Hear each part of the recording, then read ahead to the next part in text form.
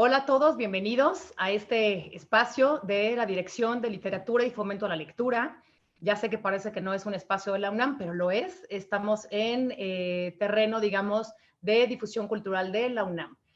Bienvenidos, esto es la segunda de las charlas del ciclo de 3 charlas dedicado a la literatura sobre la enfermedad y su vínculo desde la ficción y hasta la realidad. En estas 3 charlas hemos escuchado y escucharemos hoy también a historiadores especialistas en la historia de la enfermedad, del miedo, del terror al contagio, del terror a la muerte, desde luego, de las políticas públicas y sobre todo de la enfermedad como una construcción social. En la semana pasada nos acompañó Daniel Herrera. Usted puede ver la charla, si es que se la perdió, en Facebook todavía de esta página y próximamente en el canal de YouTube de la Dirección de Literatura y Fomento a la Lectura. Y Daniel nos habló un poco sobre las pandemias, las enfermedades pandémicas y su relación sobre todo con el cuento. Hoy tenemos el enorme gusto de estar aquí con Laura Rojas, que ahora le vamos a presentar. Bienvenida, Laura, y gracias por estar con nosotros. Ella tiene una tesis premiada justamente sobre una enfermedad que tiene que ver, Chucho, ven, con un amiguín que me va a acompañar ahorita, que tiene que ver con la rabia. Ven. La rabia, una enfermedad que además merece un adjetivo que es el adjetivo rabioso, ¿no? La rabia genera estos efectos en las personas y desde luego en los animales. También la tercera de las charlas estará dedicada a la peste con Mari Carmen Sánchez, la coordinadora de estas charlas, y nos hablará de esta enfermedad que sí tenía que ver con el confinamiento y desde luego relacionado a esto que tenemos hoy en términos de la pandemia. Ellos 3 nos van a llevar de la mano algunas de las enfermedades, como ya dije, la lepra, la rabia, la peste, entre otras. ¿Para qué? Para mirarnos en un espejo que es la literatura desde nuestro propio confinamiento a causa de esta COVID-19. Así que seguimos con esta segunda charla. Laura, bienvenida. Ahora te va a presentar Mari Carmen y yo les presento brevemente una semblanza brevísima de quién es Mari Carmen. Ella es doctora en Historia por la UNAM, tiene una tesis, tiene varios trabajos de investigación sobre la lepra, las enfermedades contagiosas, en México particularmente, pero creo que tenemos una mirada también de manera internacional.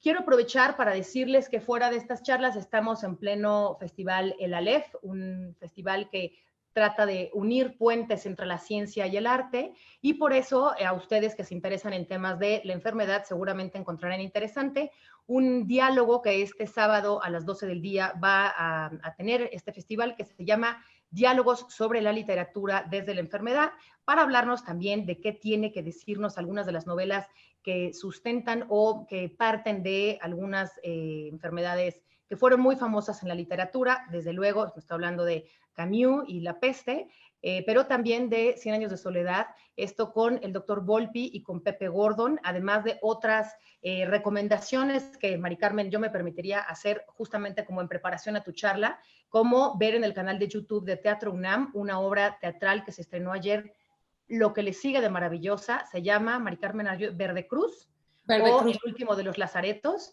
una obra hecha con un método pues casi documental del teatro que se llama Verbatim y que trata de pedirle a los actores que más que actuar repitan exactamente los testimonios de las personas entrevistadas. Eso nos puede ayudar mucho a ver y a disfrutar mejor la charla de Mari Carmen el próximo miércoles. Así que bueno, me da muchísimo gusto estar aquí en mi casa, en la casa de ustedes, en la casa de la UNAM. Así que los dejo aquí muy bien y en muy buenas manos con mi querida Mari Carmen Sánchez. Adelante, Mari Carmen. Perdón, quiero agradecer a Literatura UNAM, a todo el equipo que nos ayuda para que esto sea posible, muy especialmente al área de comunicación y a Jean-Luc Lenoble, que por ahí anda detrás de cámaras. Mari Carmen. Gracias, Anel. Gracias otra vez por esa presentación. Gracias a Chucho que nos acompañó. Ya se fue a comer por allá, pero no tiene rabia. No. Y bueno, buenas tardes a todos los que nos acompañan a esta segunda charla de este ciclo que se llama Historias desde la enfermedad. Nuevamente doy las gracias a Anel y a todo el personal de la Dirección de Literatura y Fomento a la Lectura de la Coordinación de Difusión Cultural, a Daniela Tarazona, a Jean-Luc y a mi queridísima Anel Pérez. Y bueno, hoy nos va a acompañar justamente para hablar de la rabia Laura Rojas. Ella es historiadora por la Facultad de Filosofía y Letras de la UNAM, y está por terminar también su doctorado, y es profesora del Sistema de Universidad Abierta y de Educación a Distancia de la Facultad de Ciencias Políticas y Sociales, también de la UNAM, y entre otros temas ha trabajado desde luego la historia de las epidemias y de las enfermedades, y desde la historia social ha trabajado la relación de los humanos con otras especies, vinculado obviamente con los procesos de salud y de enfermedad. Es miembro del Seminario de Historia Social y Cultural de la Salud y de la Enfermedad, dirigido por Claudia Agostoni, en un espacio que afortunadamente nos hizo coincidir en esta vida. Este espacio académicamente privilegiado, la verdad. Bueno, quiero retomar un poquito, aunque ya lo mencionó Anel, la charla anterior, ¿no? Donde platicamos de estas constantes o estos elementos recurrentes de orden social y cultural que históricamente se han desplegado frente a una epidemia de alguna enfermedad contagiosa, ¿no? Llamadas por lo general pestilencias, ¿no? Ese es, digamos, el término genérico, y desde luego los vasos comunicantes entre estas epidemias y la literatura, ¿no? Estos elementos recurrentes que aparecen, el rumor, la estigmatización, la violencia, el olvido, en fin, ¿no? Y cómo la literatura ha tomado para sí estos elementos, bordeando entre la ficción y la realidad, ¿no? Para presentar a las enfermedades como protagonistas en esos momentos de la experiencia humana tan crítica, ¿no? Frente a una enfermedad, frente a una enfermedad contagiosa, frente a una enfermedad epidémica, ¿no? Pero existen otras enfermedades que no adquieren, digamos, esa magnitud epidémica, que no necesariamente toman esas proporciones de pandemia o de epidemia, pero que también son peligrosas, también dan miedo, también son amenazantes, ¿no? Y que igualmente pueblan nuestro imaginario colectivo con diversos significados, con diversas metáforas y representaciones, también de larga construcción y de larga duración. Hoy Laura nos va a platicar justamente, como ya dijimos, de la rabia, de su construcción social, de su uso como recurso literario y de algunas opciones, ¿no? Para acercarnos a la lepra a través de la literatura. Y bueno, quiero empezar aludiendo a un recuerdo que tengo de la infancia, ¿no? De los pocos recuerdos que tengo de los libros de texto gratuitos. No sé qué edad tendría yo, ya fue hace mucho, pero bueno, había un recuadro donde aparecía una niña jugando en el parque, luego había otro recuadro, ya estaba un perro, y luego el perro mordía a la niña, y luego la niña estaba en la cama con la madre llorando al borde de la cama, y una enfermera, un médico, no recuerdo bien, atendiendo a la niña, ¿no? Esta imagen la tengo ahí, ¿no? La recuerdo de los libros de texto, ¿no? Por eso yo quiero preguntarle a Laura, ¿qué es la rabia? ¿Cómo se transmite? ¿Cómo se trata? ¿Ha sido o no ha sido en México y en el mundo un serio problema de salud pública como para alertar a los niños en los libros de texto? Mi querida Laura. Buenas tardes a todos. Buenas tardes, Mari Carmen. Antes que cualquier otra cosa, pues quiero agradecer la invitación, agradecerte a ti, agradecerle a la Dirección de Literatura, a Anel, a Jean-Luc, a todos los que hacen posible este maravilloso intercambio. Pues sí, la rabia justamente es una enfermedad que ha estado presente durante miles de años y que en efecto yo creo que la mayoría de nosotros tenemos una imagen, un recuerdo, y si no lo tenemos de propio, lo tenemos de a lo mejor nuestros padres, nuestros abuelos que transmitieron esas ideas acerca de lo que es la rabia, pero esas ideas puede que estén muy conformadas más por un imaginario construido que a lo mejor por lo que es la enfermedad. Entonces, me gustaría empezar por qué, como bien preguntas, cuáles son las características de la rabia para entender un poco por qué, a pesar de que, de acuerdo a los recuentos históricos, no adquiere unas dimensiones numéricas en una proporción que otras enfermedades sí lo hacen, es una enfermedad muy presente, ¿no? La rabia, en primer lugar, es una zoonosis, es decir, es una enfermedad transmitida de los animales a los humanos. Es infecciosa. Normalmente se da en animales de sangre caliente, que son aquellos que autorregulan su temperatura, normalmente mamíferos, y al que más se reconoce como el agente transmisor de la rabia es precisamente a los perros, aunque hay otras especies, mejor dicho, que pues también pueden o son transmisoras de la rabia, como los murciélagos o las ardillas o los mapaches, en fin, los zorros, los lobos, por supuesto. Pero es el perro la figura central en esta enfermedad, ¿no? Ellos son los portadores del agente patógeno, del virus, que inoculan a través de una mordida. El virus se encuentra en la saliva. Por lo tanto, cuando viene una herida, es cuando ese virus, ese agente patógeno, se instala en el cuerpo de quien va a ser el futuro enfermo de rabia. Lo curioso con este proceso que hace que se desarrolle la enfermedad de la rabia es que es un viaje a través del sistema nervioso periférico al central. El objetivo del virus, el objetivo es llegar al sistema nervioso central, llegar al encéfalo, llegar a la médula, y una vez instalado en el encéfalo, en la médula, llegar o más bien trasladarse a la producción de la saliva, y de allí encontrar otro huésped a través de la mordida para seguirse reproduciendo, ¿no? Digamos que ese es el ciclo que sigue el virus.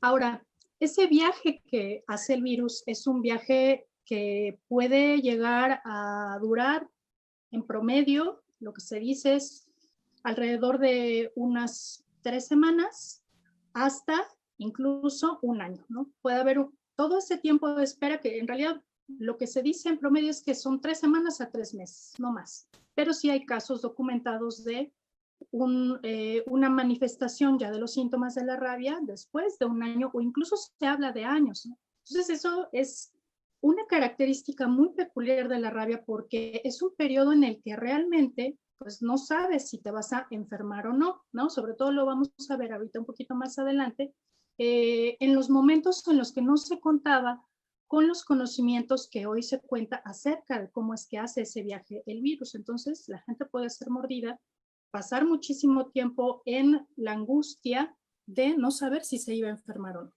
Luego, una vez que el virus se incubó, una vez que ya llegó a su objetivo, que es el sistema nervioso central, lo que sucede es que pasa por 3 etapas o 3 fases. La primera de esas fases es una fase que se denomina prodrómica, y que en realidad lo que tiene son una serie de síntomas que son inespecíficos, que se pueden confundir con un montón de otras cosas, ¿no? Por ejemplo, lo que empieza es un poquito de desazón, de angustia, cambios leves en el comportamiento. Empieza también dolores de cabeza, o fiebre, o insomnio, náuseas, fatiga.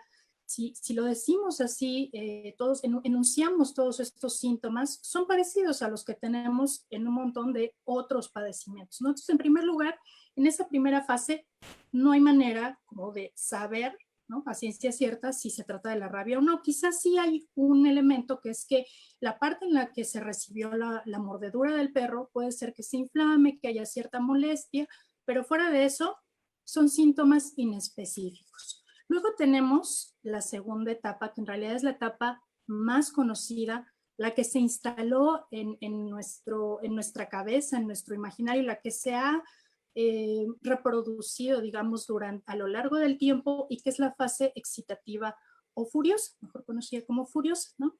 ¿Qué es lo que implica esta fase?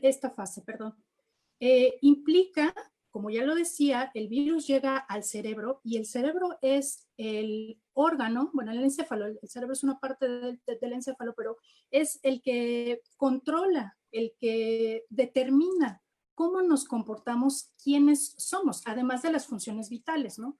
Fundamentalmente afecta el comportamiento, cómo reaccionamos, la manera en la que nos conducimos, está instalado en el encéfalo. Entonces, en el momento en el que se llega a afectar esa parte, lo primero que viene es algo que se denomina exaltación psicomotriz, que no es otra cosa sino la manera en la que nosotros respondemos a los estímulos externos, ¿no? Empezamos a sentir una inquietud de desasosiego, que se sienten normalmente cuando hay una amenaza, pero en este caso no hay una amenaza, está producida precisamente por la presencia del virus en nuestro sistema central.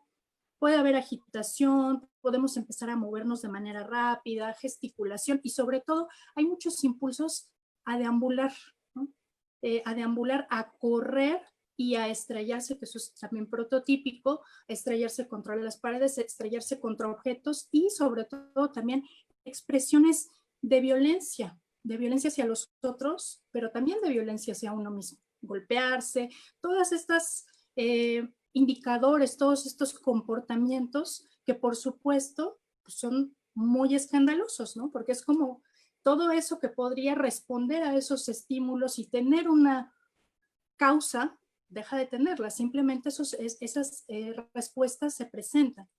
Luego viene también una alteración sensoperceptiva, que no es otra cosa que las alucinaciones. Las alucinaciones más conocidas obviamente son las visuales y las auditivas. Eso puede ser un verdadero tormento para cualquiera, estar percibiendo todas esas cosas que en realidad nadie más percibe. Eso está también pasando. Y en tercer lugar viene otra cosa que se llama hiperestesia, que es una hipersensibilidad de los sentidos. Yo supongo que cualquiera de nuestros espectadores ha tenido un enorme dolor de cabeza, por ejemplo, y el estímulo de la luz le parece realmente insoportable. Pues eso, sin el dolor de cabeza, se está presentando. Y no es solo la luz, todos los estímulos que, por ejemplo, pueden provocar dolor se vuelven mucho más patentes, se sienten más de lo que normalmente se siente. Entonces, además de estar alucinando, además de estar reaccionando de formas inesperadas, se está sintiendo más de lo que se suele sentir en condiciones normales. Finalmente, lo que viene después de todos estos síntomas, que en realidad tienen muchísimas formas de expresarse, ¿no? Pero que en general de lo que hablan es de una pérdida de la capacidad para controlar nuestro cuerpo, ¿no? Entonces, lo último que viene, pues es, o no lo último, ahí se va aparejando, pero finalmente que es como lo que incide o pone en mayor peligro la vida, es que vienen los desórdenes de las funciones vitales. El más importante, por supuesto, porque de ahí es de donde viene el nombre de hidrofobia, es una contractura de los músculos de la laringe que impide el movimiento de la lengua en unos casos, en otros impide la deglución, es decir, yo no voy a poder comer en ese estado, no voy a poder tomar agua y bueno, probablemente uno pueda aguantar un tiempo sin comer, pero sin tomar agua es una función necesaria. Entonces, de ahí es donde viene el nombre de hidrofobia. Y hidrofobia no es un simple miedo a tomar agua, a estarla tomando precisamente. Una fobia implica que hay un miedo que no tiene una razón objetiva, que probablemente sí, al momento de tomar el agua viene la contractura, viene el espasmo, viene el dolor espantoso, y lo siguiente es que se tema beber el agua aunque no se beba. Entonces, por eso es que todas estas imágenes acerca del rabioso o la persona rabiosa o el animal rabioso, el agua, y empieza a desatarse. Eso es la hidrofobia.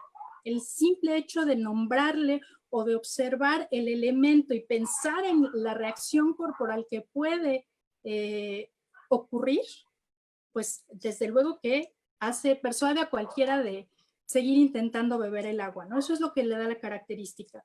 Y finalmente vienen otro tipo de trastornos de la circulación y respiratorios, no poder respirar, que haya arritmia, que haya una aceleración del pulso. Y en este momento, por estas condiciones, puede ser que sobrevenga la muerte o no. Puede ser que pasemos a la tercera etapa, que es una etapa que se le conoce como paralítica o muda. Que lo que viene normalmente en el cerebro puede, o en el encéfalo puede ocurrir. Toda esta sintomatología se puede presentar, pero es muy expresiva. Pero pueden ser también síntomas que son al contrario, una pasmosidad, una presencia de mutismo, un estupor.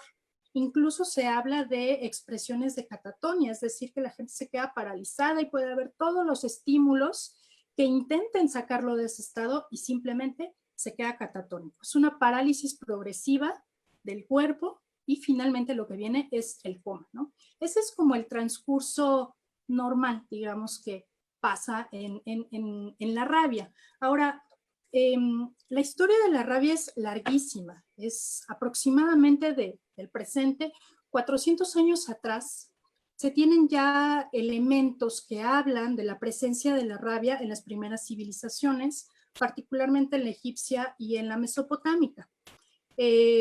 No se diga en la antigüedad clásica, en la que ya digamos que hay un desarrollo de conocimiento médico, particularmente de Celso, que es quien escribe sobre este tema, y en el que, pues, bueno, se da cuenta de todo lo que implica la enfermedad en esas sociedades y de las maneras para desarrollar una cura, para lograr contener toda esta sintomatología y estos peligros, ¿no? Entonces, Mari Carmen, te pediría, por favor, la siguiente imagen, en la que podemos observar justamente cómo en la Edad Media se representaba o estaba presente la rabia, ¿no? Entonces, aquí lo que pueden ver en esta primera diapositiva es precisamente... Ay, no quiere, no sé por qué no quiere. Bueno, yo sigo conversando, les sigo explicando y esperemos que se pueda mostrar la imagen. Son 3 imágenes, son imágenes acerca de la rabia o ataques de perros en la Edad Media, y después viene también otra imagen donde se habla de la manera en la que se cura la rabia de manera local, en la que se trata de curar. Y finalmente viene otra imagen donde está una escena en Londres de principios del siglo XIX, donde se observa precisamente lo que implica un ataque de perro y lo que implica el pánico social que hay alrededor de estas escenas que solían ser cotidianas, sobre todo ya en el contexto de las grandes urbes que se empiezan a desarrollar en el siglo XIX. Encontramos entonces la rabia desde, hay muchos elementos que nos pueden hablar de su presencia desde hace muchos años, su pervivencia y su, digamos que constante reaparición. Ahí está, sí, perdón. Ahí está la primera. Ahí está, perdón.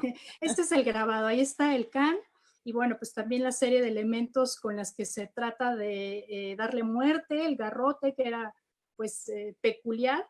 Ahí están con algunas espadas. La siguiente es esta sobre la manera de curar de manera local, donde se ve precisamente la mordida. Ahí se ve el piecito del hombrecillo que fue mordido, se ven los colmillos, y habla de una capacidad o de un entendimiento de la necesidad de focalizarse en donde sucedió la herida, para que pudiera haber un tratamiento para esta enfermedad. Y ya finalmente viene esta que les platicaba, que es de un diario londinense, y que, bueno, pues ahí vemos precisamente cómo la mujer corre desaforada y queda ahí expuesta a la mordedura del perro, y todos se resguardan y están viendo de qué manera logran escabullirse del ataque, ¿no? Entonces, hay obviamente peculiaridades en cada una, siempre hay peculiaridades en las distintas sociedades, en las distintas épocas, para explicar, entender y curar las enfermedades, ¿no? Pero lo que también tiene la rabia, elementos, esa ya la dejamos, Mari Carmen, para la siguiente, ahorita te indico en qué momento. Esa, me falta un poquito, unos segunditos. Y hay elementos que son comunes a la rabia, a pesar de todas esas diferencias para entenderla, para atenderla, todas esas diferencias sutiles que se van observando. Hay 3 cosas comunes que nos dice Jessica Wang, la autora de un libro sobre rabia en Nueva York en el siglo XIX. Ella nos dice muy atinadamente que ha observado o que ha consultado estos fenómenos de la rabia en ciudades de otras latitudes, incluyendo pues Europa y también Asia, que hay 3 elementos comunes. El primero es, como les decía, la enfermedad está asociada al ataque del perro. Puede ser un ataque de otras especies, pero es el perro el que ahí figura como elemento nodal en el desarrollo de la enfermedad. Luego, como ya vimos, la rabia se puede desarrollar de forma furiosa, en un porcentaje alto, se habla en un 80%, pero también en una forma muda, que es más o menos el 20%. Es decir, que hay gente que tiene rabia, pero como no están todos esos trastornos que genera un comportamiento errático, que es lo que se asocia con la rabia, entonces se puede pensar que no es rabia, pero sí es rabia. Es la rabia en su forma muda o paralítica. Y finalmente, que la rabia es una enfermedad letal. Y eso empezaba a saberse ya desde muy temprano tiempo. No hubo que llegar a un desarrollo de la medicina del siglo XIX para saber que la rabia era una enfermedad letal una vez que se desarrollaban los primeros síntomas. Es decir, una vez que uno entraba en esa fase prodrómica, que puede ser que uno anduviera perdido sin saber que ya le estaban dando los primeros síntomas de la rabia, a partir de allí, que más o menos pueden transcurrir alrededor de 2 semanas con esos síntomas, allí, a partir de ese momento ya no había más nada que hacer. Antes podía ser que hubiera muchas cosas que hacer, ¿no? Y entre esas cosas que tenemos para hacer, pues por supuesto están las preparaciones herbolarias, también está una serie de rituales que tienen que ver con la aportación de amuletos o incluso rituales que tenían que ver con la oración a algún santo. En el caso de la Baja Edad Media, ya el santo por excelencia al que se acude en los momentos en los que se cree que se está en peligro de contraer la rabia es San Huberto. La llave de San Huberto, que se utilizaba de distintas maneras, entre ellas un herraje con la forma de la llave de San Huberto para cauterizar, para quemar la herida, sí, cauterizar la herida con el herraje, ¿no? Ese era otro de los mecanismos que se tenía para prevenir la rabia, ¿no? Otra era también como de alguna manera cortar el vínculo con el animal agresor. Desde cortarle la cola al perro que te había mordido hasta tener que comerte una parte de su cuerpo. Por ejemplo, la cabeza o el hígado, o poner el hígado en la parte mordida. En fin, todas esas cosas tienen que ver mucho con las concepciones médicas de cada una de las épocas, ¿no? Nos pueden sonar de alguna forma pues ridículas esas maneras, ¿no? Ahora nosotros estamos acostumbrados a otra forma de ver las enfermedades y cuál es su origen y cómo se curan. Pues todo aquello podría parecer inútil. Tiene mucho que ver con esas concepciones, tiene una lógica. Y algunas cosas de las que se averiguaron con toda esta terapéutica no fueron inútiles, fueron útiles. Para empezar, que se identificara que no se sabía que era un virus, por supuesto, pero sí que la saliva era el lugar en el que, o el mecanismo por el que se transmitía la enfermedad, eso era seguro. Por lo tanto, lo siguiente es que lo que sí se trataba era de lavar o de cauterizar la herida. Por supuesto no con jabón, porque tampoco se sabía en otras épocas, pero sí con una serie de preparaciones. Incluso se habla del mercurio también para evitar que, digamos, se introdujera el mal en la persona y entonces de esta manera evitar que se desarrollara la rabia, porque como bien dije, ellos sabían que una vez iniciados los síntomas no había más que hacer. Entonces, como ya se sabía que en la mordida estaba la clave, se daba ese tratamiento y eso lo retomó precisamente el tratamiento antirrábico, la vacunación, que ese es el gran hito en la historia de la rabia. ¿Por qué razón? Pues simplemente porque daba una alternativa a que en caso de haber estado expuesto a una mordedura de un perro rabioso o de un animal rabioso, existía la posibilidad por medio de, y ahí sí, gracias Mari Carmen, viene justamente la escena donde Pasteur está desarrollando este método, que en la década de 1880 se desarrollaron varias vacunas, entre ellas la de la rabia, pero la de la rabia tuvo particular, digamos, recepción en el ambiente médico y científico de la época, pero sobre todo en el ambiente de la sociedad en general.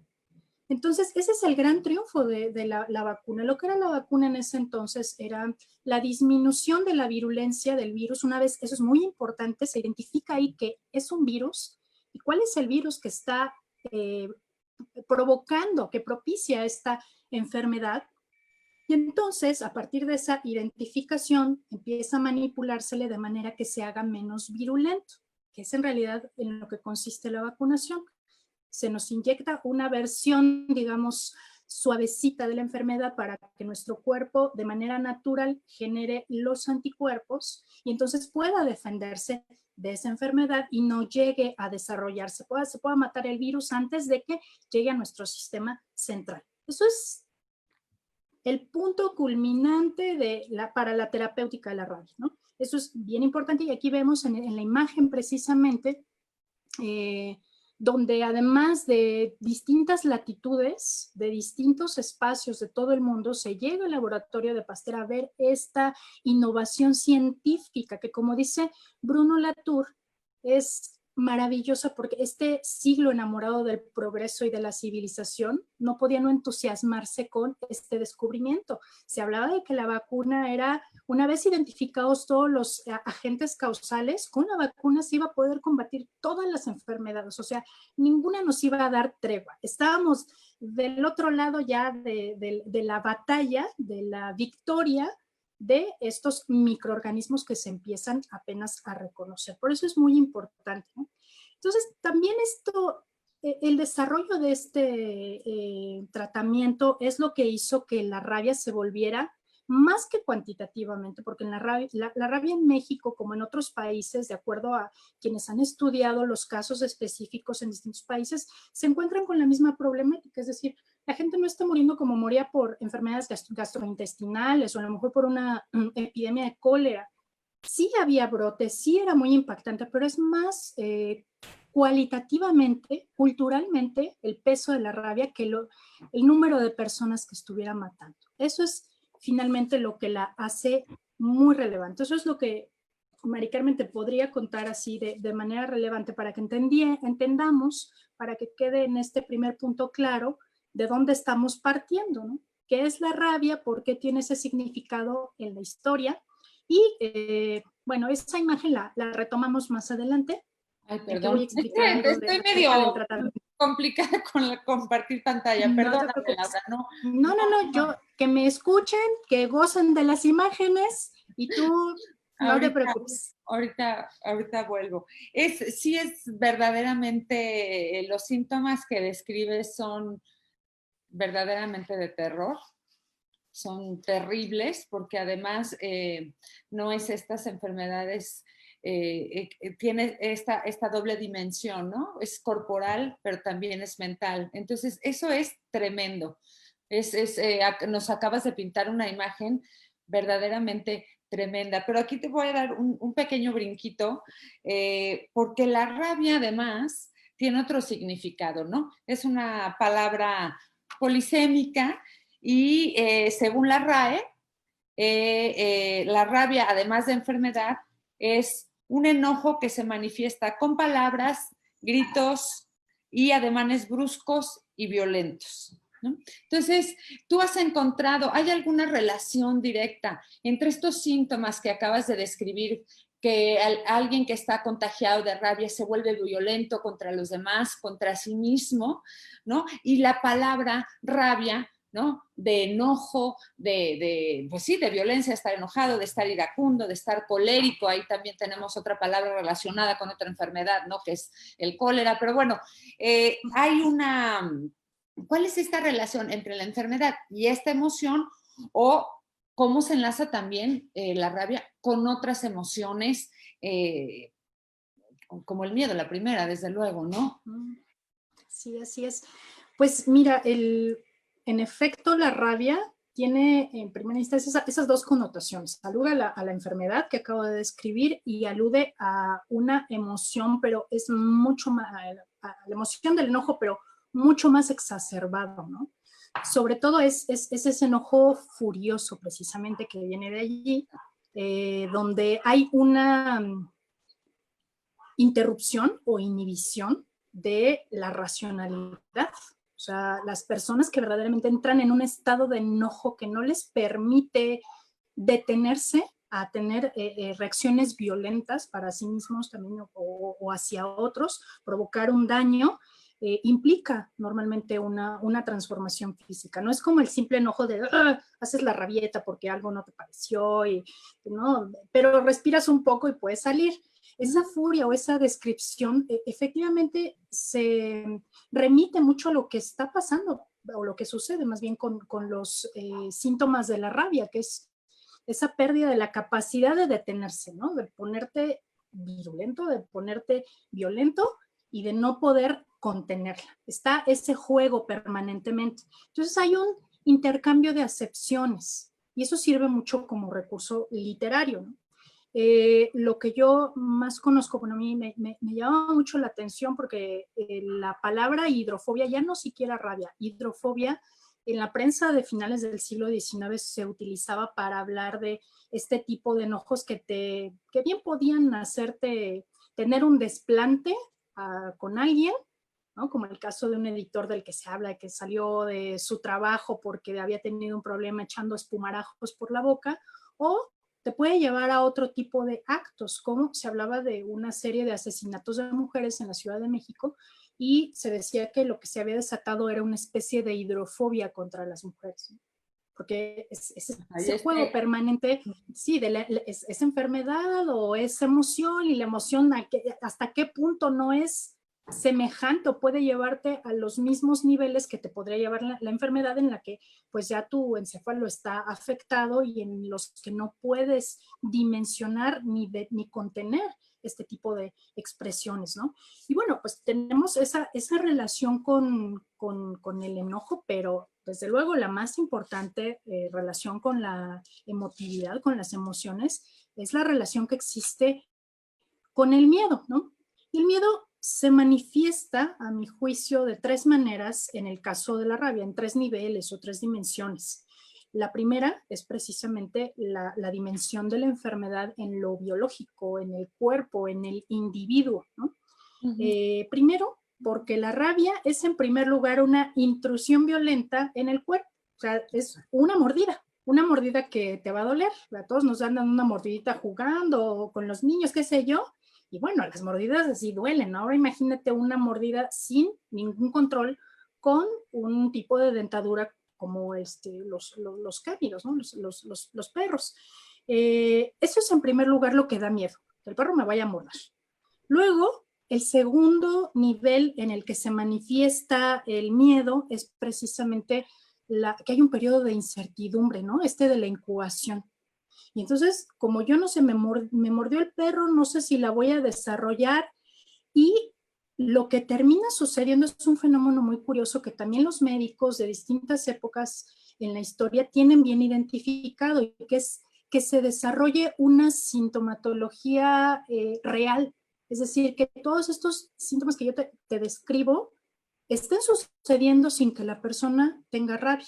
Pero es tanto el miedo a desarrollarla que efectivamente llegaban personas con todas estas manifestaciones bueno, ya en el caso de cuando se presentó cuando existía el tratamiento antirrábico, a que les pusieran el tratamiento antirrábico, ¿no? Y ni siquiera, puede ser que ni siquiera hubieran tenido contacto con un perro que los mordiera, por el simple hecho de tocarlos, porque la saliva les brincó, o sea, por una serie de cosas fácilmente para quienes tienden a la ansiedad, pues podían disparar todas estas preocupaciones, estas inquietudes. Luego, desde luego que viene el miedo a los síntomas, ¿no? O sea, como bien dices, describirlos, pensar en que te puede ocurrir todo eso, que tienes la pérdida del control de tu cuerpo y que además todo te va a doler horriblemente, todo te va a molestar, el aire, la luz. Es algo que verdaderamente no se lo desearía a nadie, ¿no? Hay muchas las enfermedades, cada una tiene su peculiaridad, su horror, pero en la rabia es ¿no? Que pues te pierdes a ti mismo, es perderte a ti mismo. Además, bueno, con las alucinaciones, todo eso implica verdaderamente unos días de muchísimo sufrimiento, y que bueno, pues ese es otro de los temas también que se retoma en la literatura, de qué se hace con las personas en ese estado, ¿no? O los amarras o los dejas que corran libres y mejor se alejen. En fin, eso provoca mucho miedo. Y después, pues bueno, que cuando no había un tratamiento, la cuestión de que la enfermedad es letal. Hasta hoy en día, en el que pues, tenemos prácticamente ya casi 150 años de estar con la vacuna, aplicándola y teniéndola como un recurso terapéutico, hasta hoy en día la gente sigue muriendo en un buen número. Aproximadamente creo que leí que los últimos registros de la OMS son de unas 50,000 personas por año, ¿no? En especial en continentes como el asiático y el africano. Y se tiene ya el mecanismo para poder evitar esas muertes, pero por muchas condiciones que por supuesto tienen que ver con las desigualdades sociales, en fin, con estos otros temas que tienen más que ver con nuestra relación, nuestras relaciones desiguales como sociedades, las que permiten que siga siendo una enfermedad mortal. Entonces, todos esos miedos, lo interesante es que se aprovecharon, fueron fibras sensibles para quienes deseaban que el tratamiento antirrábico proliferara, porque el tratamiento antirrábico, y por ahí es donde viene la imagen justamente de las jeringas,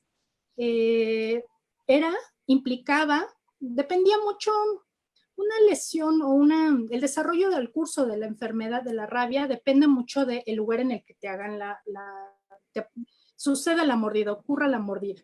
Porque como ya decía yo al principio, pues es un viaje y entre más alejado esté de su destino, que es el encéfalo y la médula, entre más alejada esté la mordida, pues más posibilidades o más tiempo tardará el virus en llegar a su destino final, digamos, ¿no?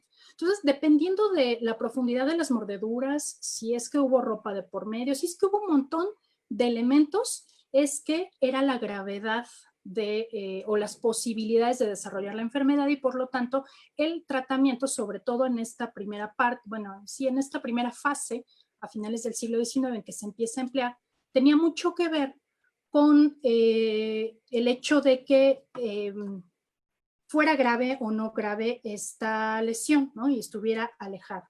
Entonces, se habla de que en promedio se ponían entre 14 inyecciones a 21, o podían ser más, dependiendo todo de la valoración del caso, ¿no? Y entonces, bueno, yo pienso en que actualmente pues, nuestras jeringas son completamente distintas.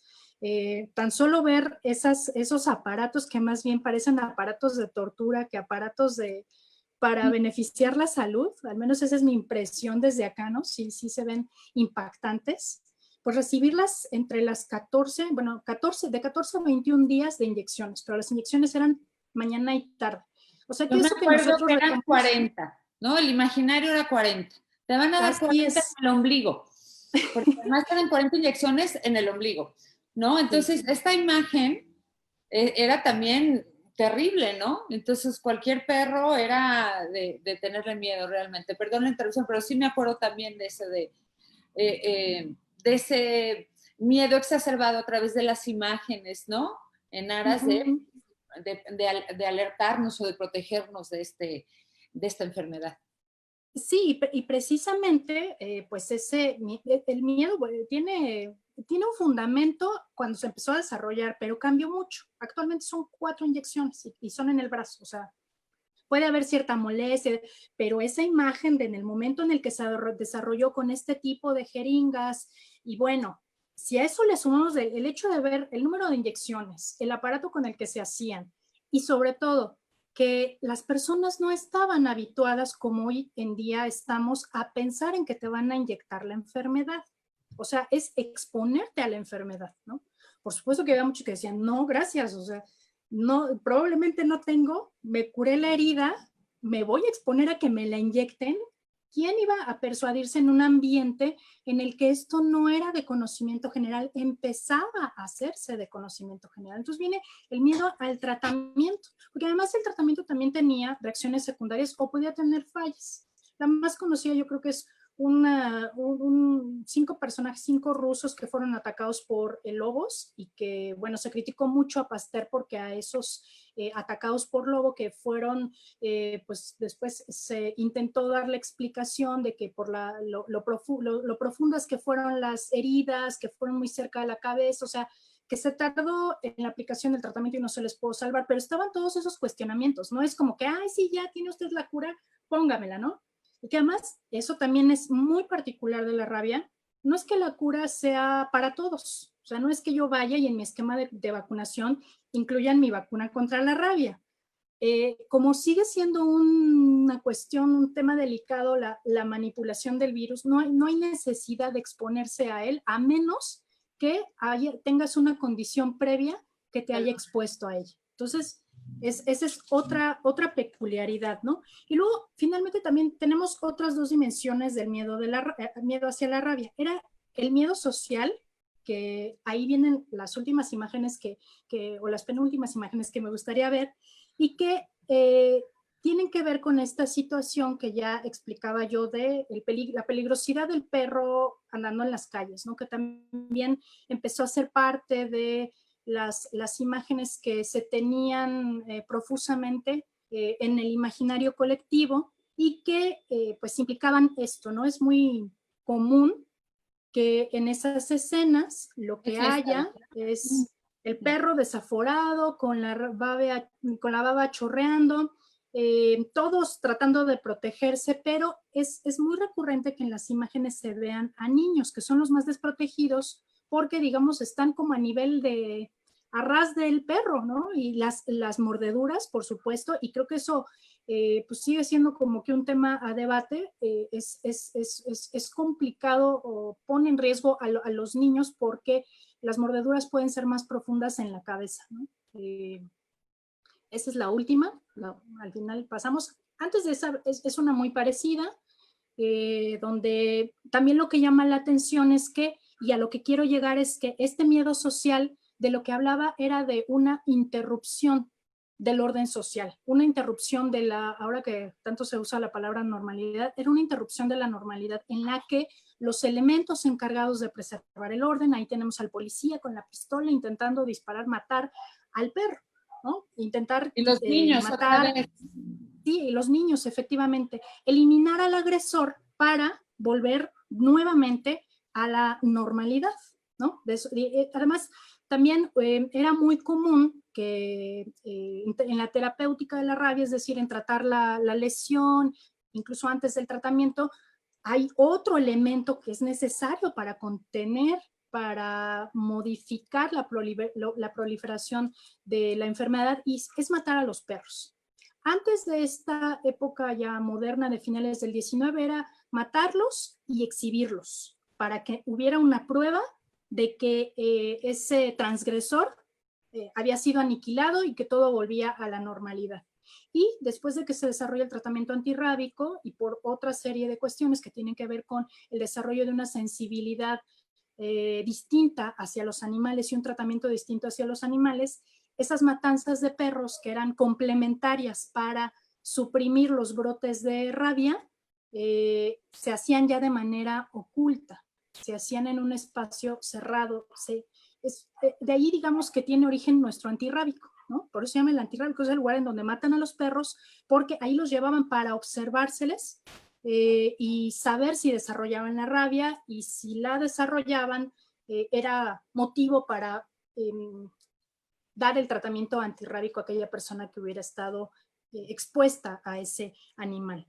Y bueno, luego también, entonces con toda esta ruptura del orden, que tiene que ver, bueno, con los perros, pero también tiene que ver con la ruptura del orden por las manifestaciones que tenía en los seres humanos, pues igual tenemos este desarrollo de los estigmas hacia las personas que han sido contagiadas por la rabia, ¿no? Pues se habla de tornarse un animal, de tornarse un ser distinto, de que haya un quiebre entre con su humanidad, ¿no? Se desdibujan estos límites entre lo animal y lo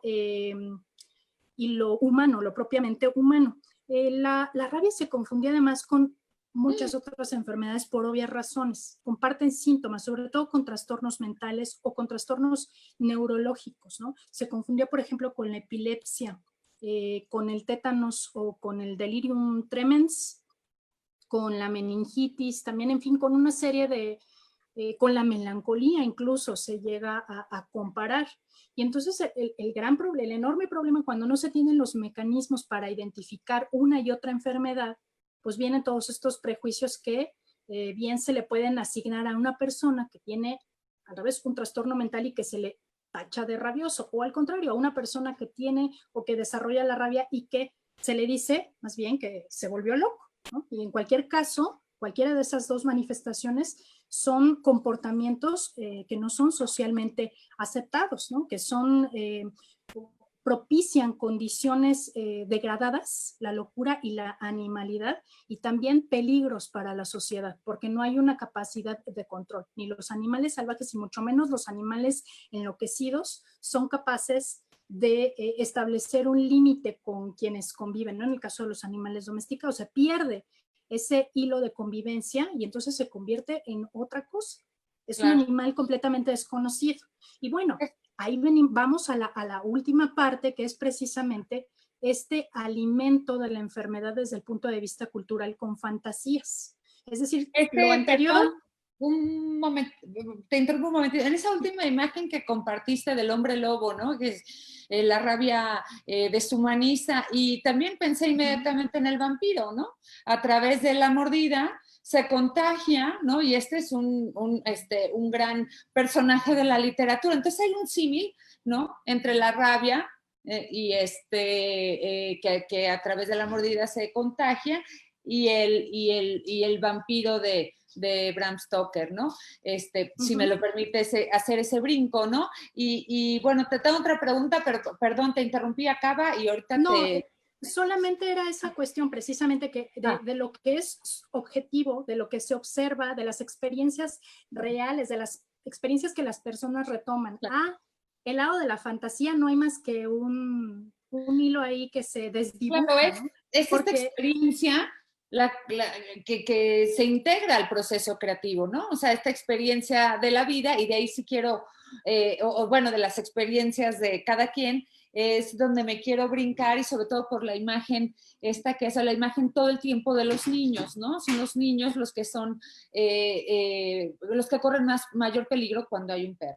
Y entonces, desde luego, pues, como lo hemos platicado, está la protagonista del Amor y otros demonios, de Gabriel García Márquez, que es precisamente una niña de 12 años, ¿no? Sierva María, que por ahí en alguna frase, quien la cuida le dice al padre de la niña: mi pobre niña ya se está volviendo perro.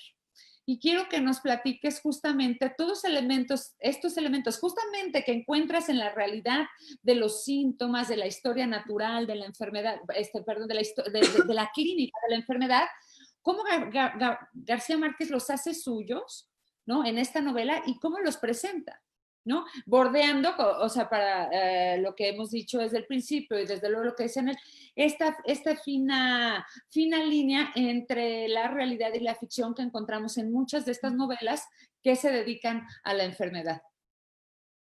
Sí, pues mira, la novela de García Márquez me parece muy relevante. Yo la leí cuando estaba precisamente escribiendo la tesis, por sugerencia de Claudia Agostoni, y se lo agradezco infinitamente porque me ayudó sobre todo, y es para eso que yo creo que la literatura nos funciona a los historiadores, ¿no? A veces lo que leemos, la documentación para indicar o hablar, reconstruir todos estos procesos suele ser muy árida.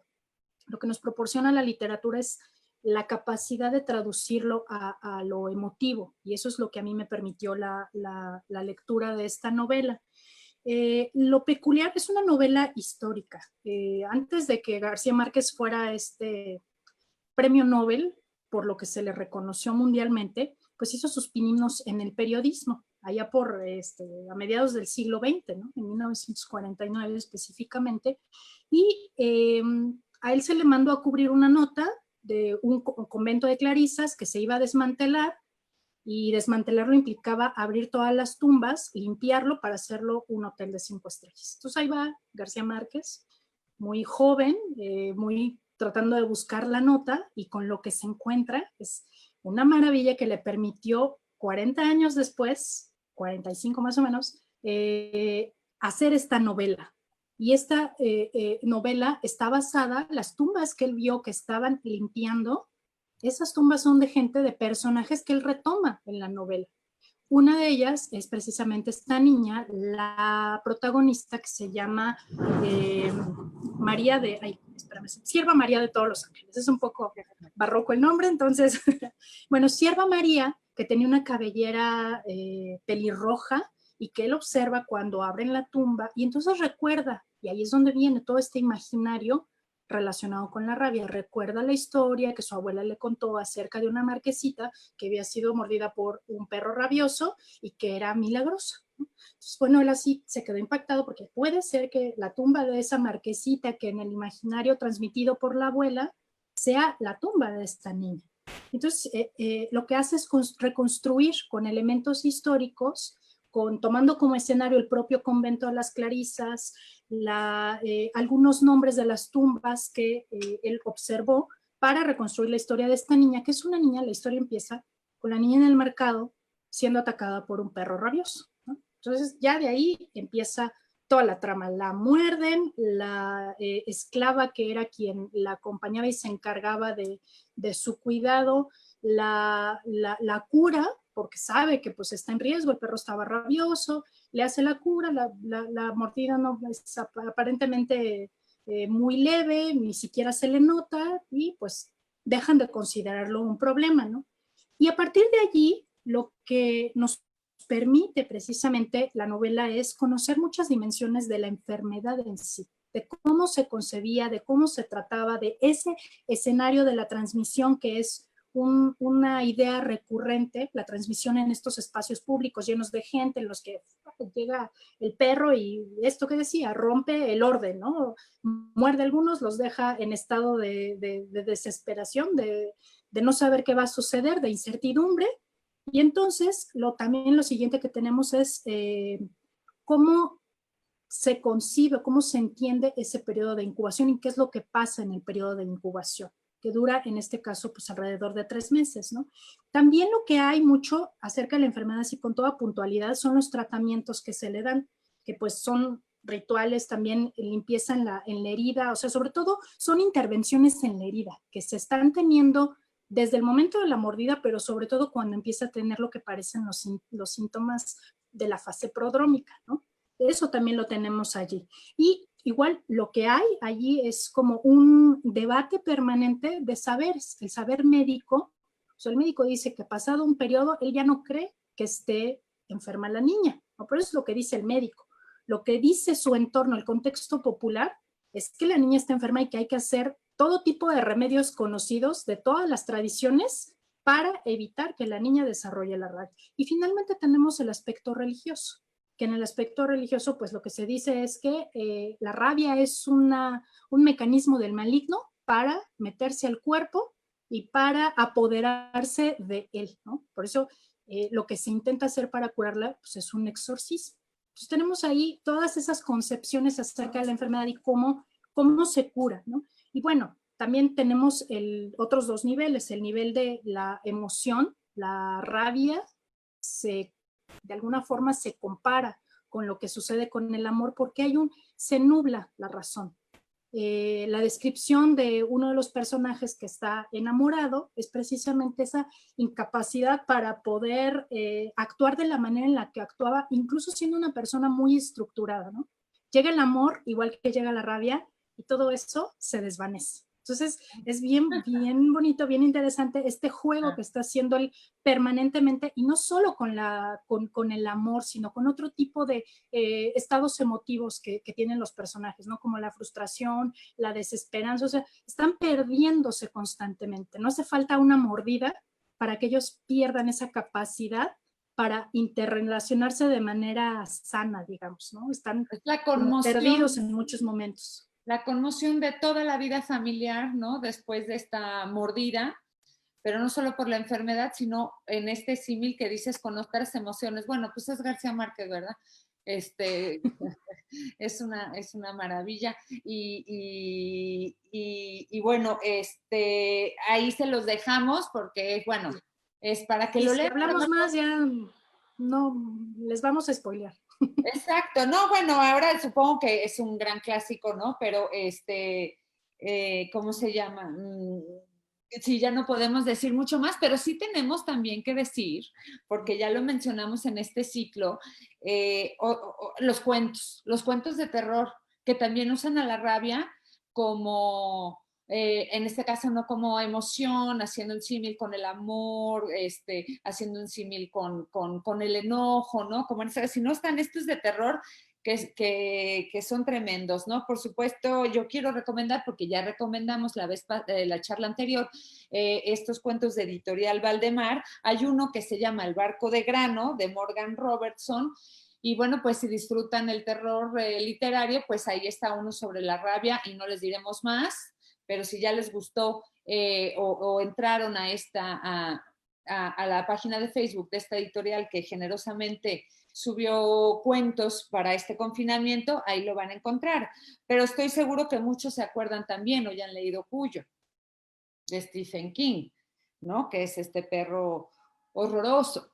Y también tenemos este otro cuento de Horacio Quiroga, ¿no? Que es tan, bueno, pues es él y el terror, ¿no? Es su campo, ¿no? Entonces también queríamos recomendar estos otros cuentos, pero la rabia aparece en otros tantos, ¿no? También aparecen ciertas distopías apocalípticas. ¿Tú qué sugieres para aquellos que les gusta este tipo de lectura más futurista, tipo, pues sí, tipo, ¿cómo se llama esta? Mad Max o estas películas así, ¿no? ¿No? Pues la que está ahí, que me parece que es la que retome y que muchos de los espectadores deben conocer, es la Guerra Mundial Z, ¿no? Que está también, pues, inspirada, digamos, en lo que implica la enfermedad como el mecanismo de transmisión. Ahí están los contagiados o los zombies mordiendo a la población y proliferando la enfermedad, ¿no? Ese sí, es muy común en la literatura que se exalte eso que ya vimos que objetivamente ocurre con la enfermedad, que se hable en otros extremos, ¿no? Que sobrepasen el terror de ya tener que lidiar de por sí con estas condiciones. Y otra de ellas, fíjate, hay dos que yo no he logrado conseguir, que son difíciles, pero que sí me gustaría mencionar porque justamente una de ellas, la de Vesnilo, de Borislav Pekic, habla de una transmisión de la rabia sin siquiera tener que morder. O sea, imagínense que hay otro mecanismo de contagio que no es precisamente que tú puedas esconderte, que puedas correr como en las imágenes que vimos, ¿no? El perro, huyes, te escondes y pues al menos la libras, pero si es otro el mecanismo y desarrolla la sintomatología de la rabia, qué horror, ¿no? Ese es el tipo de maneras en las que se aprovecha, ¿no? Y la otra es una denominada tótem de David Morrell, que es una cuestión semejante en la que digamos, se piensa de qué otras maneras o más allá de lo que se puede obviar o de lo que se puede observar con lo que conocemos de la rabia, de que se pueda seguir transmitiendo, ¿no? Y mira, fíjate que me quedé yo pensando mucho en estos elementos fantásticos en los que ya pues no se habla de hombres rabiosos, sino que se habla de locura, se habla de posesión, se habla de estos monstruos que son el hombre lobo y los vampiros. Y la verdad es que ahí sí, pues lo más pertinente sería para hacer participar a nuestros espectadores, ahí sí que tengo que declarar la ignorancia del profesorado, porque hay una profusión de literatura relativa a estos dos personajes, al licántropo y al vampiro, que bueno, es inmensa, el que tú mencionabas hace rato, ¿no? De Drácula, el clásico, de Bram Stoker. Por ahí yo vi que había el ciclo del lobo también de Stephen King, para los que gustan del terror, pero ahí ojalá pudieran todos los espectadores compartir la vasta literatura en torno a estos dos personajes, pero que como vemos tiene pues ese vínculo, surgió a partir de esta conexión con esta realidad. No te oigo bien, no sé si se está oyendo bien, como que se pasmó, pero quisiera, no sé si me oyes, Laura. ¿Se quedó esto en pausa? Pero bueno, en este momento quisiera, si nos están oyendo, si quieren hacer alguna pregunta, pero no sé si...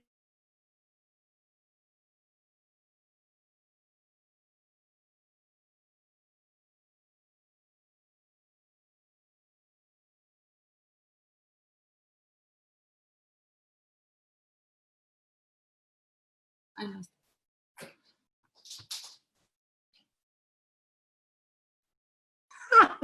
Bueno, ay, no sé qué pasó, perdón.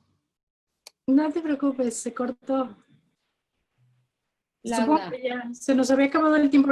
Puse...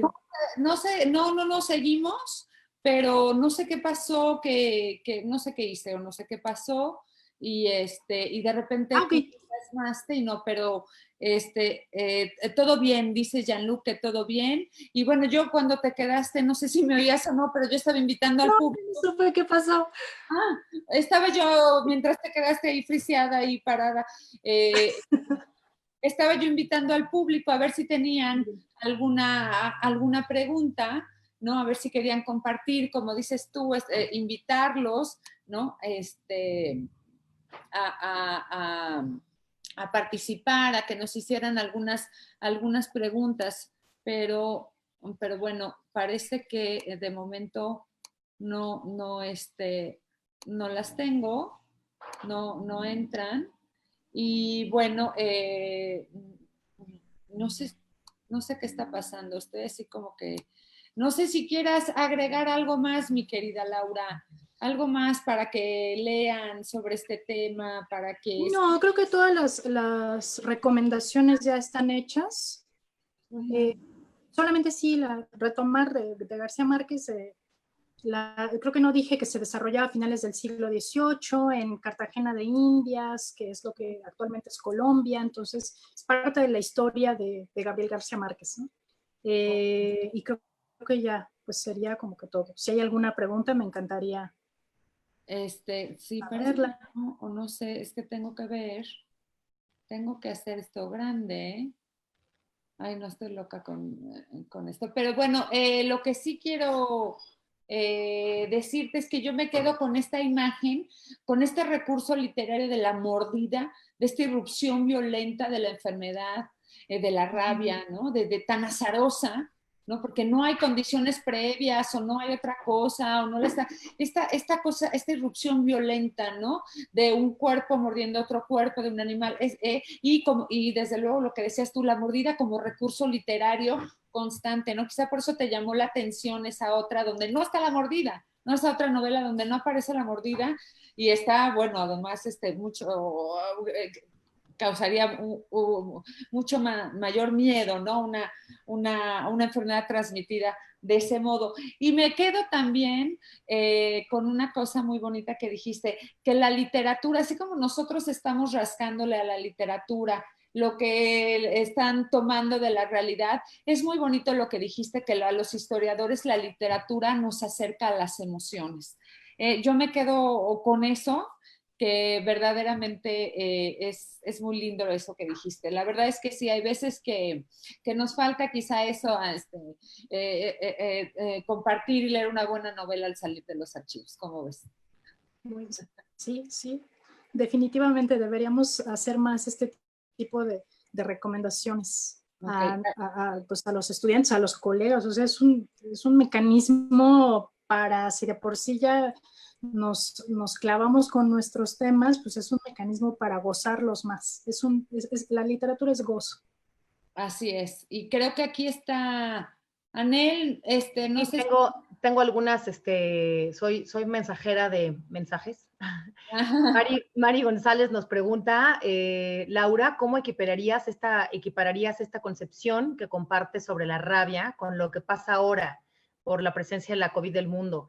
Por favor, dejen de compartir pantalla, dice Mari Carmen, o sea, ponte Ay, sí, deja de compartir la ay, pantalla es que para no que... Para que puedo, nos vean. perdón, Sí perdón. puedes, nada más, bueno, Es ahorita que a lo mejor estoy ya hecha nos bolas, ayuda. perdón, pero aquí tengo mi millennial que me ayuda. Bueno, que te ayude y Gracias, mientras, perdón, perdone, según yo estaba afuera, perdónenme. este mundo no sería nada sin un millennial, gracias a la ayuda en tu casa. Y Laura, Entonces, ¿cómo compararíamos este terror al rabioso ahora al contagiado de la COVID? Que me parece una pregunta bastante interesante. Pues mira, yo pensaba en este periodo de incertidumbre que implica la incubación del virus, ¿no? Que pues es muy semejante, pensaba yo, a lo que estamos viviendo actualmente con toda esta pandemia y sobre todo porque hay como todo un momento de desconocimiento en el que no sabemos qué es lo que va a ocurrir y en el que se dicen muchísimas cosas acerca de lo que es correcto, no es correcto, y hay una permanente evolución o cambios sobre lo que pensamos acerca de la enfermedad, ¿no? Eso es justamente lo mismo que pasó con la rabia durante mucho tiempo y más con el desarrollo del tratamiento.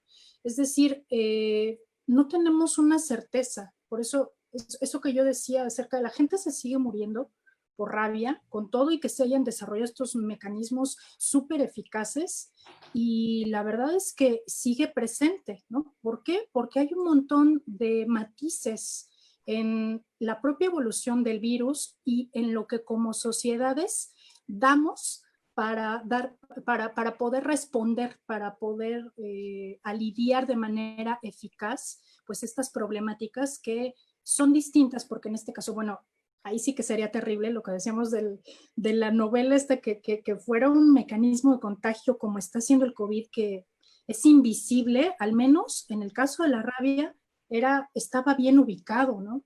Entonces, esa es una enorme diferencia. Acá tenemos incertidumbres, pero al menos en la rabia era saber que había posibilidad de actuar de ciertas maneras. Acá lo vamos descubriendo apenas. Y pues tenemos eso, mucha incertidumbre y quizás eso es lo que nos causa mucho miedo, pero también saber, ¿no? Que teniendo una enfermedad de miles de años allí presente, que de alguna manera hemos ido, aunque sea al paso de tanto tiempo, conociendo y mecanismos para poder pues estar protegidos, creo que lo mismo es lo que podríamos rescatar para esta situación. Va a haber un periodo de incertidumbre, pero eso es, creo, normal en todas las enfermedades y pues yo es lo que me parece rescataría en este caso.